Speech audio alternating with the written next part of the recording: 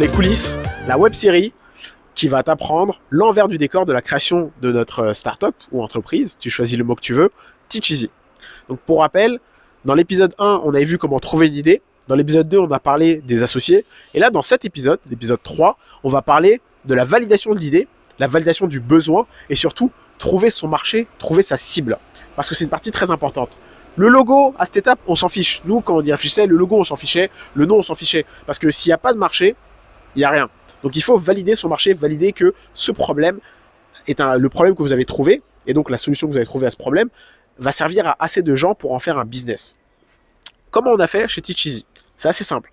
Avec Sébastien, de base, il faut se rappeler que notre idée, si tu ne l'as pas vu, c'est dans l'épisode 1, mais je vais rappeler rapidement, notre idée, c'est de créer une plateforme pour permettre aux formateurs indépendants de vendre leur formation en ligne de manière simple et en français. Enfin, avec une plateforme en français. Voilà un peu notre idée de base, notre pitch de base. Aider les gens à pouvoir vendre des formations en ligne. Cette idée, il faut qu'elle réponde à une phrase simple, que j'ai aussi mis dans l'épisode 1. Ta phrase, elle doit pouvoir faire « J'aide X à faire Y grâce à Z ».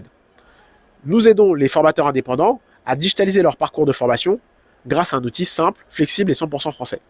Voilà notre phrase, voilà du coup notre vision. Et ça, c'est assez important. Notre vision, c'est d'aider tous les formateurs indépendants de France, ou du moins les francophones, à digitaliser leur formation grâce à un outil simple et 100% français. Ça, c'est notre vision. Il faut être clair sur la vision, sur le problème que tu veux résoudre et sur la solution que tu veux apporter. Néanmoins, une fois que tu as cette vision, il faut aller valider tout ça. Avec Sébastien, on a un problème profond qui est qu'on est un organisme de formation et qu'on voulait déjà résoudre le problème pour nous. Donc en fait, c'est vrai que nous, c'est un peu spécifique dans le sens où, même si cette startup était amenée à ne pas marcher pour tout le monde, on sera déjà content d'avoir un outil pour nous. Mais on veut quand même que ça marche. On veut quand même en faire une grosse boîte. Donc notre but, c'est d'aller valider s'il y a ces gens qui recherchent cette idée. Nous, on est dans plusieurs groupes Facebook de formateurs. Dans ces groupes, on a vu et revu des commentaires, des posts qui parlaient d'outils de formation en ligne. Et on est parti voir ce que les gens disaient sur nos concurrents. Parce que oui, nous, on a déjà des concurrents. Et ce n'est pas grave. Ce qui compte quand il y a la concurrence, c'est trouver un angle différent. Et nous, on a trouvé un angle différent, mais pour trouver cet angle, on est parti voir un peu ce que les gens disaient. Premièrement, dans les groupes Facebook, les gens se plaignaient beaucoup du manque de simplicité des outils en ligne actuellement. C'est-à-dire que c'est des outils qui sont compliqués, et parfois, c'est même des outils qui ne sont pas faits pour faire de la formation. Pourquoi ?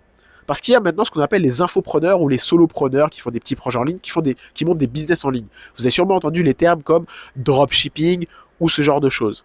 Et bien en fait, il y a un autre business en ligne qui est assez récurrent, c'est la formation en ligne en fait. C'est souvent d'ailleurs ceux qui font du dropshipping qui vont ensuite apprendre comment faire du dropshipping, ou ceux qui sont peut-être freelance qui vont apprendre aux autres à du coup devenir freelance ou à devenir ou à avoir une certaine compétence. Donc en fait, la formation en ligne a explosé. Vraiment, explosé depuis un long moment de par des solopreneurs et des infopreneurs. Nous, en voyant ça, ou plutôt des gens en voyant ça, sont mis à construire des outils. Mais des outils qui sont faits pour créer des business en ligne de manière générale et pas faits pour créer des plateformes de formation en ligne, ce qui n'est pas la même chose. Ce qui veut dire que beaucoup d'outils oublient l'aspect stagiaire, l'aspect parcours de formation, l'aspect apprentissage. Donc les outils ne sont pas faits pour, et on a vu beaucoup de gens sur les groupes Facebook se plaindre de ça aussi. On a aussi vu sur LinkedIn des gens qu'on suit, des formateurs, qui se plaignent de ce genre de choses, qui ne trouvent pas d'outils assez intéressants, assez carrés pour les aider à digitaliser leur parcours de formation. Assez simple et assez flexible. La troisième chose qu'on a vue, et ça c'est notre besoin à nous personnel, qu'on a pu vérifier pareil sur des groupes Facebook, c'est que beaucoup de gens ont des sites existants, donc un site vitrine, un blog, et aimeraient du coup vendre des formations, mais pas devoir le faire avec un outil qui crée son propre site. Et du coup, ça c'est un gros problème. C'est-à-dire que beaucoup d'outils actuels permettent de vendre des formations en ligne, mais vont vous obliger à créer le site chez eux. Et fait que vous ne pouvez pas le vendre ailleurs, sur un site existant. Nous, voilà l'angle qu'on a décidé de prendre. On a décidé d'aller vers cet angle-là, en plus de la partie simplicité, mais d'aller vers cet angle de flexibilité, de permettre aux gens de le vendre sur leur site existant. Ça, on l'a vérifié sur des forums, dans des groupes Facebook, à travers des meet-ups et sur LinkedIn.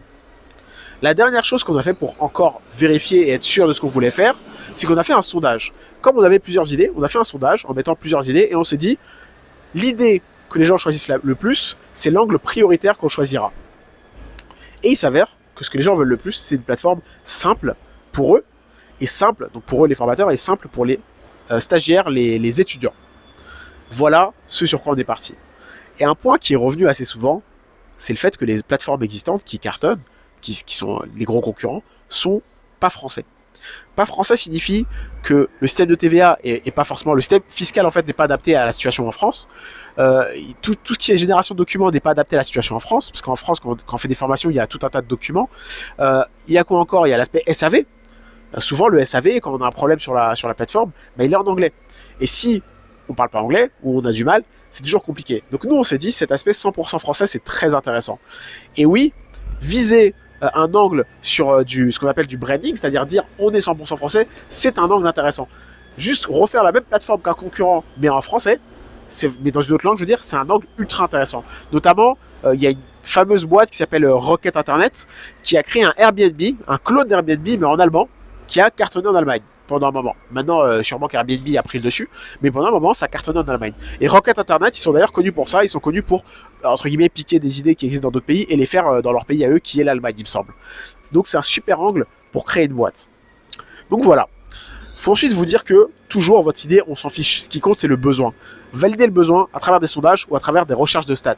Nous, nos recherches de stats nous ont prouvé qu'il y avait un gros engouement pour la formation, de par la formation professionnelle en France, et en plus, de manière générale, avec tout ce qui est infopreneur et créateur de contenu qui se mettent de plus en plus à faire de la formation. Voilà comment nous, on est parti valider notre marché sur Facebook, LinkedIn, à travers des stats, et en allant aussi sur des sites d'avis. On est parti sur des sites d'avis où on a pu voir tous les mauvais commentaires qu'il y avait sur les plateformes existantes. Alors, la dernière chose dont je voudrais parler, c'est en fait qu'il faut se rappeler de sa vision. Une fois que vous avez trouvé votre cible et votre positionnement, rappelez-vous toujours de votre vision. Je vais prendre un exemple. Facebook n'a pas touché tout le monde. Viser tout le monde, ça revient à viser personne. Facebook n'a pas commencé avec tout le monde. Facebook a commencé avec leur campus. Leur campus. C'est très petit et c'est assez bien pour vérifier que votre projet marche. Choisissez une niche de gens. Si vous êtes Deliveroo, vous commencez pas par toute la France. Vous commencez pas par le monde entier, je veux dire. Vous commencez par une ville. Ça marche dans une ville, vous changez, vous faites une autre ville, puis un pays. Je dirais même, si vous voulez monter une boîte comme Deliveroo à partir de rien aujourd'hui, je vous dirais même, commencez par un quartier, commencez par le 11e arrondissement, vous faites de la livraison pour le 11e arrondissement, puis vous montez, vous faites de la livraison pour Paris, puis vous montez, vous faites de la livraison pour l'Île-de-France, et ainsi de suite. On peut ne pas viser tout le monde. Ceux qui pensent qu'on peut viser tout le monde dès le début se trompent. Il y a que quelques business, à l'exception de quelques business, on ne peut pas viser tout le monde dès le début. Et pour ça, il faut se rappeler sa mission. Nous, notre mission, c'est d'aider les formateurs indépendants qui veulent un outil simple et 100% français. Le cas de Facebook, c'était de viser les étudiants au tout début, et maintenant, c'est de viser tout le monde, mais ils ont grossi. Je vais prendre un exemple très bien que vous allez comprendre. Jimmy Fairly, c'est une boîte française qui vend des lunettes, un peu comme les lunettes que j'ai là, que je n'ai pas achetées chez eux. Jimmy Fairly, c'est une boîte qui vend des lunettes, et leur positionnement initial, je le sais parce que j'étais alternant chez eux, enfin j'ai commencé un début d'alternance chez eux, quand j'étais plus jeune. Leur positionnement initial, c'était de dire, si vous achetez une paire de lunettes chez Jimmy Fairly offre une paire de lunettes à quelqu'un qui n'a pas les moyens dans le monde, et souvent dans un pays pauvre.